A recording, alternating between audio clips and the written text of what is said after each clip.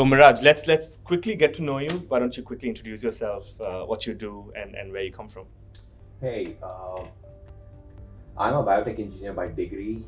I was born and brought up in Saudi Arabia until I was 8. We moved to India when I was 8, and I did my high school from Mehboob Nagar, and then I went to Chennai to do my BTech in Industrial Biotechnology. I also have a PG from Nizam Institute of Medical Sciences and Clinical Research. Uh, I've been an entrepreneur for 11 years now, did 4 startups, sold 2, shut 2, and now I'm running India's first and favorite student-focused startup incubator called Edventure Park. So why don't we get started with understanding when did you start your first enterprise, your first venture, and how did you get there? Technically speaking, it was in college when I was still in college, and it was again a mere accident, I would say. We were sitting with my seniors in college, and I'm a biotech engineer by degree. Mine was the third batch of biotech engineering in my university campus, and it was a common conversation back then. What are your plans after engineering, and what everybody says their plans. Firstly, there were a lot of people from other branches or other traditional branches of engineering like computer science, electrical, electronics, mechanical. My college had a few more, aeronautics, marine engineering, etc. And everybody had their own plans, mainly because and they were established branches of engineering, and people understood and people wanted them. People hired computer science engineers, people hired electrical and electronics engineers. One thing one branch of engineering that had absolutely no clue was biotechnology. Correct. We had no idea who's going to hire us. We had no idea if we will be placed or not, because that is the only thing that any engineer looks for, placements. And that started a war in my head, right? What are we going to do? What's going to happen? Who are we going to work with? Blah blah blah. So that's when I thought, this is not going to work, and I should start looking for something for myself. And that's when and I think this is something common between all the students. We look for a little bit of extra pocket money, and one common thing that I always did on Google search was how to make quick pocket money online. Is what I used to look for, and stumbled upon foreign exchange trading, started learning that, and started training. All right. Technically speaking, that is how I got started to what I'm doing, what I did back then. I started trading. It obviously went into all losses because I knew nothing about it, and that led me to writing an algorithm that automatically executed trades, which apparently was a hot piece of product that a lot of people wanted. There were a lot of forums. There are a lot of forums, and trading is more of a community activity. Correct. Right? So you share your trades, and you want to know other trades. Correct. And when I told about this little, told people about this little thing, they really wanted it. They really liked it, and that's how it took off. So soon I stopped trading. I started selling this thing, and in 2011, I graduated in 2009. In 2011, one of our clients acquired that algorithm. It was not more than an algorithm. It was a code that ran in the background and did stuff. So these were our clients from quite some time, and they liked what we were doing. And yeah, that's how I sold my first thing. All right. Back then, it seemed like a lot of money for a 22, 23-year-old guy. But now if you ask me, I think that's one of my biggest regrets. All right. Super nice. So picking up from the word regrets, right? As a youngster, what were the few things that you wish you had done while you were still in college, apart from what you did with the algorithm? For starters, I think taken up computer science as my majors. That would have changed a lot of things for me early on. I did teach myself how to code, but that was after a long time when I realized I obviously had a creator's mindset, and always wanted to build my first version of the product and all of that. But then that came out of my own, self needs, right? If I had picked it up in college, I think it would have been a different story. Or I don't know how these things work, but I guess I should have picked up coding a little early on. Got it. And I mean, you did say that you searched on Google how to make quick money online, right? But what sort of ignited your entrepreneurial journey? And were there any instances that came along that pushed you towards this line? Might sound a little lame, but yes. To be very honest, again, this is back in 2008, 2007, 2008. And the term startup, entrepreneurs, founders, they were almost non-existent, right? There was not the culture of starting up, or the culture of entrepreneurship did not exist back then as much as it does right now. I wanted to be a businessman, and the whole reason for me to be wanting to be a businessman was I read in a newspaper that Lakshmi Mittal was having his daughter's wedding somewhere in France, right? It was a lavish wedding and all of that. Yeah. And then I very clearly remember I was in a bus with my cousin when we were reading this paper and this news, and we were like, how many doctors or engineers or other professionals can manage to do this? Correct. Right. It's only the business guys. Correct. Right. So why are we doing whatever we are doing? And if we were to be there, do that, live that life, what is it going to take? Correct. And can we afford that? So that was a question that I think somewhere seeded a lot of things to me. Not actively, but very passively. I still think about it. And I continue to think about it. I think that might be my North Star. I don't know. All right, nice. Now, you were a student entrepreneur, right? Students today wish to start their own venture when they're in college, on a quick buck, or at least get the experience. What are the first backlashes you got from the family when they knew that you were doing something which was off the books, very unconventional for someone in 2007 and 8 to do this? So to begin with, my family had no idea what I was up to. Okay, I did my engineering from Chennai, which means I was away from home, and that gives you a little bit of freedom to do whatever you wanted to do. But that comes with a lot of responsibility. I used to save a big part of my pocket money, cut down my expenses, and not do the usual engineering stuff that a lot of us engineers are used to doing, and use that money for my experiments and ventures and stuff like that. Only after I finished my engineering is when my mom, I told my mom about it. Okay, this is what I'm doing, and I finished my engineering with good grades, so I got the courage to tell her, no, I don't want to go for MS. I don't want to. I was also campus placed, so I said I want to try this thing for another year, and she was like, do whatever you want to do, and just keep in mind that you have to keep hitting the milestones. So she had milestones for me set. 22 this, 25 this, 27 this, 30 this, blah blah blah. All right. And I don't care what you're doing and how you want to do. And I think that's been my mom for a good long time, as long as I could remember. I was the first guy in my whole extended family to take science. When all my cousins took math and took engineering. I wanted to be a doctor. Got it. And then I was the first guy to go, I guess, away from Hyderabad to do engineering. Everybody was against the idea, and yeah, that way I think I have been a contrarian. I've picked up quite a few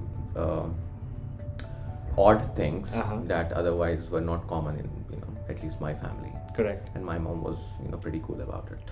Super nice.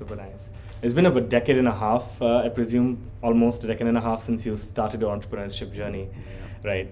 And they've come along multiple facets of your entrepreneurship life that have sort of come out, right? Could you just shed a little light on the different ventures you've launched since then until Edventure Park sort of kickstarted? So after I sold my, first, let's call it a startup, but it was more of a project. But yeah, after I did that, I started working on a platform called Money Messenger. Money Messenger was a socially collaborative trading platform, and this is in 2011, 2012. Foreign exchange trading was not legal in India back then, and what we were trying to do was, build a community of traders and that can exchange trades and place trades automatically. You can call it Google Docs for traders, right? Where we can trade together, execute trades together, share tips and tricks and news, etc. Nice. Platform like this existed, but only for HNIs and hedge funds that costed you at least 150K in yearly licenses. Wow. And firms like Bloomberg, Thomson Reuters, these were the companies that offered these platforms. Correct. So there was nothing for retail traders with a principal trading amount of $2,000 to, let's say, $50,000. That's the market we want to target, and we got some really good traction with Money Messenger. I raised seed round from Hyderabad and Hyderabad Angels back then. Super nice. It was in 2013. We were on Bloomberg. We were India's top 25 startups to look for. Wow. Blah blah blah. And yeah, we were under RBI scanner, and we had to continue answer what we were doing and all of that. And there was a time when me and the investors felt it was not worth the pain. All the legal and compliances, we just could not get out of it. It continued to get difficult. That's when I shelved Money Messenger. Okay. After I raised seed funds for Money Messenger, that's when we were hiring very aggressively. We wanted to scale, we wanted to grow, etc., especially on the product front. You cannot just afford to have latency on a product that deals with money. Correct. Right, especially FX trading. Correct. Where every moment with every pip there are thousands of dollars moving. Correct. Just for some context, FX trading right now is a $6 trillion market. Wow. So we obviously needed really bright minds and all of that, and I was very hell-bent on not going to IITs and IIMs and getting that dream. I come from a tier 2 town. Correct. And I wanted to find talent and work with them. And obviously it has its own challenges.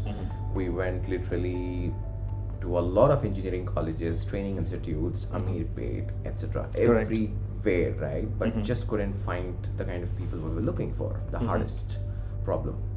And that's when I looked up to Silicon Valley. How do these guys raise a lot of money and then quickly scale things up, and it's all nice for them.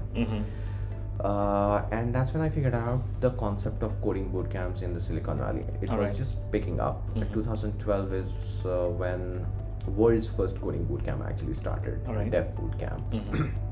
And then Hack Reactor was the second one. I spoke to the founders of Hack Reactor, and I got the whole background of what happens there, and I was really fascinated with the idea. They seem like factories wherein you put people in, raw material in, and they get trained on product development that you can use on the floor as soon as they finished the boot camp. I started looking for coding bootcamps in India, mainly because I wanted to hire people who finished these bootcamps, and to my surprise there were none. Now, looking at this problem statement, India is a country of more than 1 billion people, right? I think in 2013 we were 1.2, 1.1 something, and we had 0 coding bootcamps. Correct. Like, this seems like a nice opportunity, and with all the legal hassles we were having at Money Messenger, I said, let's start this thing and let's see how it goes. So 2013 April is when I started the hacking school. And back then when we started, we were India's first coding bootcamp. Definitely, we had our own teething problems, Correct. right? People did not understand the concept of coding boot camps. Correct. You get called a training institute, Yeah. and I take offense when somebody called, coding boot camp Correct. a training institute. It took us some time, 2.5 years, I think, for me to stabilize the whole thing. But if you ask me, if it was worth the pain, hell yes. All right. Every bit of it. All right. We do 9 cohorts now. First year we did 1 cohort with 3 people, out of which 2 dropped. So Okay. technically speaking, only one guy One person. graduated. I was the community manager, I was the program manager, and I was the instructor. And it was a pain. Correct. Now we are a team of 22 people. Super nice. The hacking school was acquired by iCollege Australia in Wow. 2019 December. Super nice. iCollege is Australia's, actually Southern Hemisphere's largest edutech company. Wow. It's public listed, and yeah. So Super nice. Super nice. And I know when we hear about you, it's usually about the headlines and the successes, and the champagne opening moments that you sort of see outside in the public. The entrepreneurship journey itself sort of takes a lot of toll, a lot of energy out of you. Could you share how your social life, your friend circle, and all these things supported you, or was there like a friction that got created because you were giving 18-20 hours every day towards building these different ventures? social life? What social life? Social life. All right. So inherently I have been an introvert, right? I can't crack conversations. And my first degree network knew that, and largely have been a loner, so that was not a problem at all, right? Nobody expects me to be at parties or events. I don't even remember the last wedding I attended in my family. It was my brother's, but other than that, I don't think I don't remember. All right. Neither do people expect me to see there. That actually worked out. So no expectations is one of the biggest, I think, blessings I was blessed with. Correct. Nobody had any expectations from me, and like I said early on, I have been a no this way kind of a guy.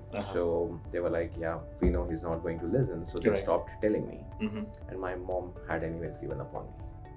All right. Then how did you manage your exams, your placements? Did you sit for placements to just show off, hey, I can crack? Not really. I genuinely, sat and I wanted it, and I got it. I think engineering is pretty easy to do. I felt that way. It did not demand, the time or the intensity that people usually associate with it. Correct. I scored a 8.1, so I think I did good, doing a startup and doing that. Correct. One more thing that worked in my favor was Instagram and social media did not exist back then. That is so true. And smartphones were not that, yeah. I did not even have a computer, so I had to go to internet center to use internet. Correct. And but the fact is, I spend all my day in the internet. So all right, super nice. Now let's get back to what you're doing right now, Edventure Park. Could you tell us what it is about, and how did you end up from Money Messenger to starting? Yeah. So while I was doing the hacking school, there was this opportunity that I saw. Okay, so I follow Faheem and of course I am a fanboy. Correct. And he posted this thing. He was onboarded as Chief Innovation Officer of the state.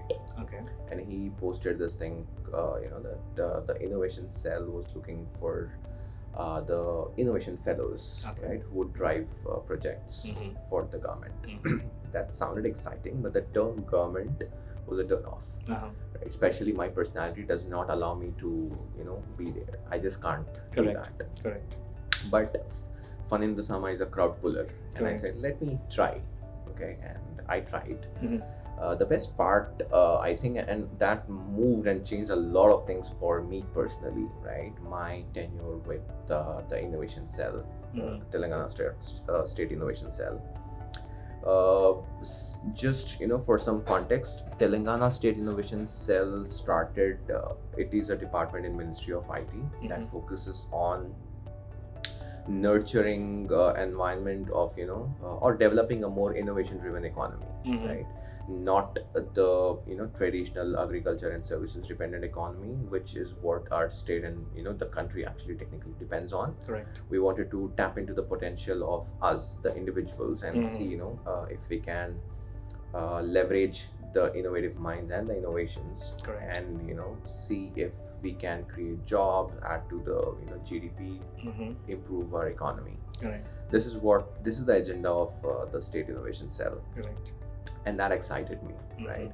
And what they said was, you come up with ideas, you tell us, what project you wanted to work and why, and if it fits with, the vision, we will work together and open all the doors for you to execute the projects. Correct. And I submitted my ideas. There were not ideas, technically they were frameworks and projects, and a lot of others did. Correct. I was one of the first 6 to have been selected from a pool of about 2,500 people for the first batch of Innovation Cell. And that was my first stint with the government. Got it. Right? Which changed my view of how government worked. All right. Or how governments work, right? Literally everybody in the secretariat, and I'm a huge fan of Jason sir. Okay. He changed so many things, the way you should be working. He is a bureaucrat, but I think he is a hardcore entrepreneur. Correct. That's the way he works. Absolutely. He just can't sleep over ideas. The way he executes things is killer. And that's when my focus area working with the Innovation Cell was incubator and the accelerator ecosystem in the state. I helped starting up of about 11-12 incubators during my tenure with the government of Telangana. And one very important factor, one project that I was looking into was, why are incubators not very successful? Correct. Like the ones in let's say the US or other markets. One of the most important reasons that or the data points that I gathered was the fact that entrepreneurship needs a lot of trial and error. Correct. Right? You cannot just come up with an idea and expect it to work. Correct. Right? You have to try so many things. A lot of things won't work, a few things will work. Correct. You will have to double down on things that are working and then scale them up and see how it goes. That is not something that we can afford culturally in India. Okay. Right? The minute you finish college, you're expected to get a job. Once you spend 3-4 years in a company, you're expected to get married, you're expected to have a family. And these responsibilities do not allow you to experiment with life. Correct. Right? And this is more of a cultural thing, more of a technical or a literal thing, in our country. That is true. Right? And this is not the case in the US, in Australia, or any other, mature ecosystems. Correct. Right? You are on your own from the time you are 18, and now that you are on your own, you learn a lot of things. You figure out, where your passion lies. Correct. You figure out what you want to do. You figure out, more importantly, you figure out what you don't want to do. Correct. Right? And that actually plays a very vital role in, where you lead, where you land up eventually in life. Correct. That is not something that happens in India. That is true. Even after you're married, even after you have a family, even after you have kids. Correct. Right? Your parents still tell you what to do and what not Correct. to do. Correct. It is a beautiful thing. But not so much if you look at from the aspects of building a career or experimenting with life and making it larger than what your peers or what your cousins or what other people would usually do. Correct. Right? So there are trends and cultures set by a few people. For example, it used to be government jobs, and then it became going to US. Correct. And then it became something, and then it became something, right? Correct. For something to happen, we need examples that are successful, Correct. that we can celebrate, Mhm. that can inspire more people, and that Yeah. will lead to more success stories. Correct. Right? And these are the things that our parents look for. And we Correct. do not have a lot of entrepreneurial success stories. Mhm. If at all anything, they have success stories how their friends started a business and they failed, and this is not something that you should be doing, Correct. right? So we get told about this a lot. Mhm. Mhm. And that's when I figured out how can we increase the success rate of the startups that we have. Correct. Right? What can the government do to Correct. help bridge that gap, to encourage Mhm. more people to start up, because we cannot have a lot of successful companies if nobody starts. Correct. Right? Just for the fear of failing. That is true. That's when I figured out if we can get a lot of students to experiment with their ideas right still when they are in college, Correct. the chances of them succeeding are the highest, because technically speaking, we anyways don't do a lot in college. Mhm. It's just our exams, assignments, attendance, and that's it. That is true. You are left with a lot of time that we technically don't put to good use. And I said, what if we go to colleges and tell these students, Mhm. you know what, come up with an idea, build your idea, Mhm. experiment with it. If it fails, no problem, work on another one, until you figure out either the idea or entrepreneurship is not for you. Right? By the time you finish your college, Yeah. you would be sitting on something that is either working or did Correct. not work. Mhm. But in that process, you would have gathered enough experience Yep. that the industry would want to work with you. Right? At least me as an entrepreneur, I always look for failed entrepreneurs who I can onboard, get on my team, and make it big. Correct. Industry respects that kind of talent. Mhm. Right? Mhm. That is always much uh, better and preferred over degrees or pedigrees or Correct. certifications and all of that. Right? Correct. So hardcore real-time skill set. Correct. That's what we're talking about. And I took this proposal to a lot of engineering colleges, Mhm. and everybody asked the wrong question. Will the government fund it? Correct. Can we get a grant? Mhm. Right? What is the budget and who's going to fund it? Correct. And stuff like that, which were not the right reasons to again set up an incubator, especially if we want to do something tangible. Correct. But and obviously it was like any other startup activity to me. I had to get my first yes, Correct.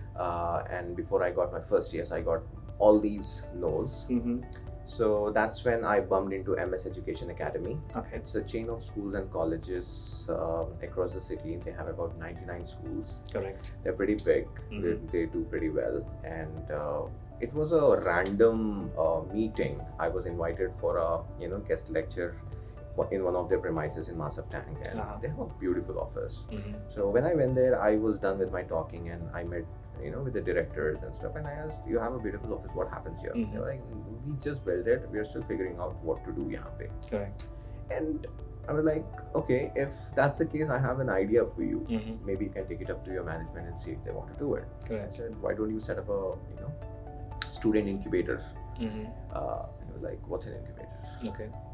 So I said, yeah, I explained what an incubator does, etc. And he stopped me. He said, let's go to the chairman and you directly tell him. Okay. If he likes it, we can do it. Got it. So we walked up to the 5th floor. Mhm. This was happening on the 3rd floor. Uh-huh. We went to the 5th floor and sat with the chairman. I told him, this is what an incubator does. Mhm.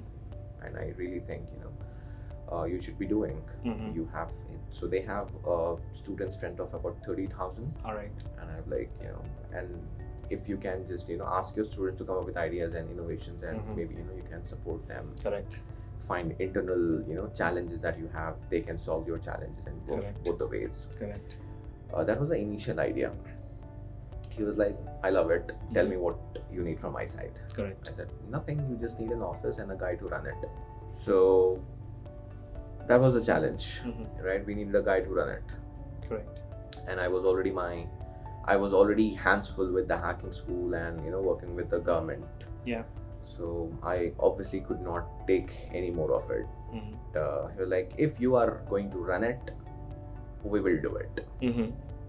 Like, okay, now that's a catch. I did not say yes. I did not say no. I told I can help you find, guys, and we interviewed a lot of people. Trust me, from ISBs, IIMs, other incubators, and they just did not fit the bill. Okay. Right.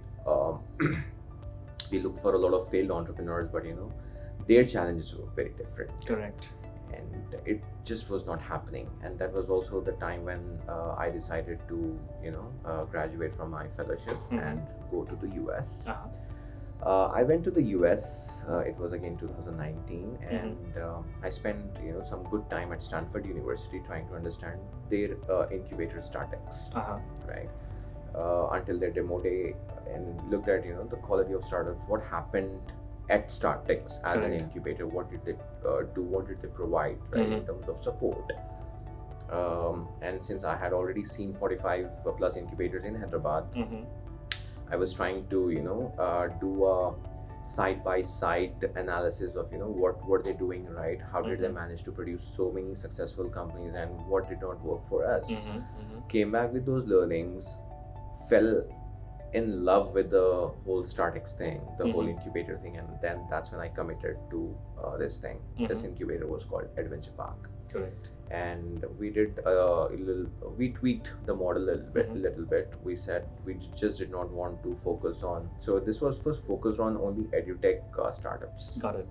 Right? We said we just don't want edutech startups, we want all kinds of startups, and we became sector agnostic, industry agnostic, solution agnostic incubator, and that's what Edventure Park is. That's how Edventure Park became India's first student-focused non-academic incubator.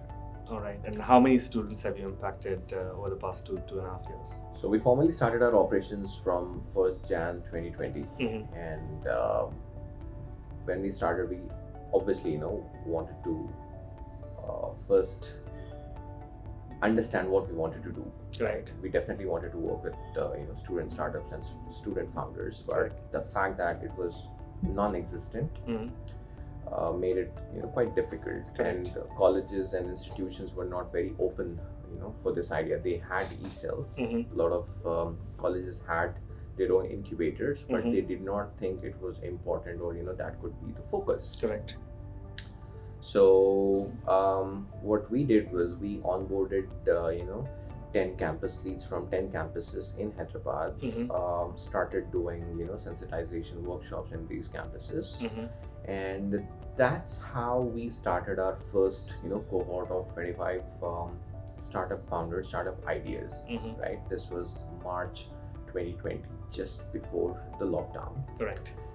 And when we actually launched our first cohort, the lockdown started.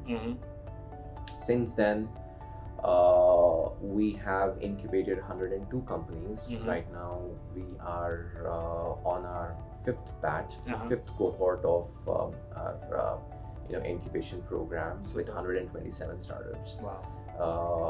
In fact, I think we are India's fastest incubator to have incubated 102 companies in 18 months. Correct. Out of which 20 plus companies are in revenue stage. They have launched and they have some, sort of revenue and traction. Lovely. 9 student founders have raised their seed round from professional investors. Super nice. So I'm talking about paradigm shift from people pushing students to find campus placements, jobs, internships. Correct. To these people working on ideas, launching companies, going back to their colleges and hiring people. Correct. So I think this is the most fulfilling part of my life so far. Correct. And I think you're putting putting a tangent to the circle that these students are part of, giving them direction, when to launch, how to launch. Yeah, I just think, and again, this comes from that gut feeling. Yeah. Students can do much more than what they're doing right now. That is so true. And we cannot just let our colleges tell students or train and prepare students for jobs. Correct. Right? You cannot do that. You should not do that. That is true. That's criminal. Yeah. Okay. We should be focusing or identifying students, and I'm sure there's a lot just by the virtue of our human resource. A country of 150 crore people, you cannot tell me we can't have innovation and talent. That is true. Right? just by the virtue of our numbers, we have a lot of talent. Correct. Right? It's just that we don't do a good job in scouting them, supporting them, preparing them, nurturing them, and taking them forward. Correct. So that's what I said. Okay, we can do much better than these people, and that's what we did. We in the last 24 months, we have worked with 250 entrepreneurs so far. More than 1,000 people are part of our small Edventure Park ecosystem. All students. Okay. We have a core team full of students. These are people who run the incubation program. Wow.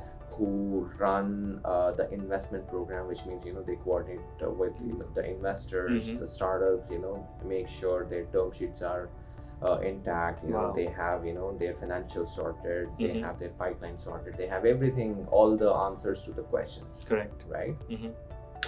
We need a lot more than this, right? We need a lot of adventure parks in every part of the city, in every campus, because this is not just about starting up, it's about bringing a mindset change, telling people, okay, you should not just, getting a job cannot be the focus of your life. That cannot be the agenda of your life. That's right? True. You cannot just, take birth, go to school, get a job and die. Correct. Right? We should be looking to do much more. That is so true. And the results look wonderful. Every cohort that we launch, we get more than 300 applications, out of which we pick 25. And we have ideas ranging from lab-grown diamonds to EVs to prickless glucose monitor to biodegradable water bottles to everything, right? 127 ideas, 127 different ideas. Correct. Right? Correct. Look at the amount of opportunity and scope that you're looking at. Correct. Right? Correct.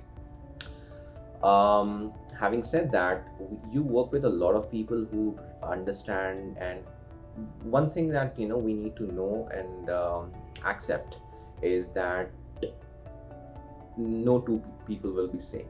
Correct. Right? And you have to be prepared for that. And Correct. we brought ourselves to absolute zero. We said we are not going to expect anything from anybody, and that's where we started. That's true. We became absolutely student friendly because these people are intimidated just by the fact that it's a corporate office setting. Correct. Right? They judge themselves. They are too hard on themselves. What is the guy going to think about my idea? Correct. What am I going to say? What are they going to ask? Will they laugh at me? Correct. Blah blah blah. Right? So we kind of brought in that fundamental change. We said it's okay to be foolish. All of us are foolish. Correct. We don't have to worry about that. Right? We started from there. We did a lot of events, workshops. So many activities, right? We do something called Founders Fridays. Okay, we celebrate the founders from Hyderabad first Friday of every month. Wow. Founders from all parts of the city, they just come down. It's a no agenda networking event wherein I talk to you, you talk to me. We get to know about each other's ideas, and we see if we can collaborate or help, or if I know somebody who can help you, or if you know somebody who can help me, and we take it forward, right? Wow, lovely. So we've been doing that for the past 1 year, and the response is tremendous, right? It's like you have been sick and you found a doctor. Correct. Kind of a feeling. And so far it's working great. We have a very strong self-driven community. I don't like micromanagement. I don't like to tell people what to do, what not to do. Right? Giving direction is one thing. Giving them the agenda and the motive is one thing. Correct. And driving is completely something else. Correct. So everybody, right from the campus leads to the X team to the core team at Edventure Park, everybody is self-driven. They do things that they picked up, they like to do. They're excelling at it. Correct. 120 plus companies is almost 1/3 of a Y Combinator cohort this year. To achieve that feat itself is a very, very big thing. And when I was in college, I remember right now that I had a very small idea. And back then in Chennai, there wasn't Chennai itself is not a startup Yeah. ecosystem, and I think what you're doing in Hyderabad, specifically in Telangana as well, is something of a big vision. Been an entrepreneur in Hyderabad, so congratulations on that. You've worked with the private sector and the public sector both in an equal amount of capacity. Where do you see the public sector, especially the government of Telangana, helping and vitalizing the entire student entrepreneurship circuit, and how are they planning to do it, and what does the future look like? One of the most important things, again, this was a conversation that I was having with Jay sir, funny and all that. And when we were talking about it, what can the government do for startups, right? Let's take a step back. Let's zoom out to entrepreneurs and not just student entrepreneurs. One of the most important things that I think the government could be doing is not interfering with startups, right? If you're not doing something for them, it was important for them to not do something for them. Correct. Right? You just do whatever you want to do, and we are good. Is what I wanted the government to look at it. Correct. Right? And they were more than happy about it. They did not want to interfere with whatever you were doing. Correct. And if I talk about the policies, the schemes that they came up for startups, if you read the IT policy, both the previous one and the latest one, correct, they are designed to propel you from wherever you are to the next level. Okay. It's just that you have to will for it, right? You have to have will. Government tells that they will become your first customer if whatever you're doing fits into their problem statement, right? If you're solving a problem for the government, then they would be more than happy to be your first customer. So government endorsement opens a lot of doors for you, right? Nothing can be more powerful than counting government as your first customer, right? So that is one of the many things that the government is doing, apart from the the benefits, the schemes, the policies that they have come up for entrepreneurs. And if I talk about student entrepreneurs, especially facilitating or making the whole academic design more accommodating to ideas and entrepreneurial experiments, right? Which means taking a semester off, you can still sit for placements later on, and there are a lot of central government schemes wherein you get a stipend if you're working on a hardware prototype. It's called Prayas. AICTE telling you you can focus on your startup, you don't have to worry about the attendance, and you can come back to campus and give your exams. Right? So many I mean, these are a few things on top of my mind, but then there are so many real and tangible things that the government has come up with for startups and specifically for student startups. We absolutely have no reason to not do it. Right? Entrepreneurs and student entrepreneurs have no excuse left, no reasons not to do it. Colleges want this, government wants this. Now, looking at startup stories, I'm hopeful that your parents want this. That is true. So, you tell me, why are you not doing it? Absolutely. I think one thing that students end up missing out is they conclude their definition of success by what the society wants them to do. Right. Now you mentioned, student entrepreneurship or professional entrepreneurship, there's no difference, right? How hard do you think would it be for a student entrepreneur to raise VC funding? Or is it any different than, a professional, entrepreneur? There is absolutely, some difference. We just do not look at, both of them in the same way. Right? I have spoken to a lot of professional, VCs, the big names, and they absolutely love the idea. And I'm talking about 15, 18 months ago, the conversation happened. And now if you see, most of the VCs have an early stage fund. Right? Correct. Everybody's scaling back, coming down to idea stage. If you understand the VC ecosystem, you will know they were not very friendly or open to the idea of supporting early stage companies. They Correct. needed, good traction, Correct. growth, or scale up stage is what they usually preferred, Correct. the VC rounds. But that's not the case anymore, right? You can now go to VCs with an idea, and if it makes sense, they're more than happy to support you. Correct. Right? Earlier, student startups were called projects. Correct. And that's it. There ended the story. Yeah. That's not the case anymore. You can pursue it. There is a lot of professional help, right, from VCs and the government and from every corner of the ecosystem. Correct. So the gap will soon be bridged because VCs need to scout for a lot of opportunities. They need to put in their money because if they're not doing that, they are not doing a good job. Correct. Right? And that opens up a lot of opportunities for a lot of people, with ideas. Correct. So I think it's going to get, better and better. So yeah, the only way to go from here is up, I think. All right. Now, keeping it on a lighter note and coming to the closure of this podcast, knowing what you know today, if Miraj is a 16-year-old person who's having thoughts and multiple ideas in his mind, what would the 3 things be that you will guide him at the very beginning of his entrepreneurship journey? So the 16-year-old Miraj would first teach himself how to code. Okay. All right. Teach himself how to sell. And look for an incubator where I could go and find people who have been there, done that, and tell me what to do and what not to do. Correct. I think these 3 things, all right, anybody should go for. Got it. Nice. Let's pick up on the selling part.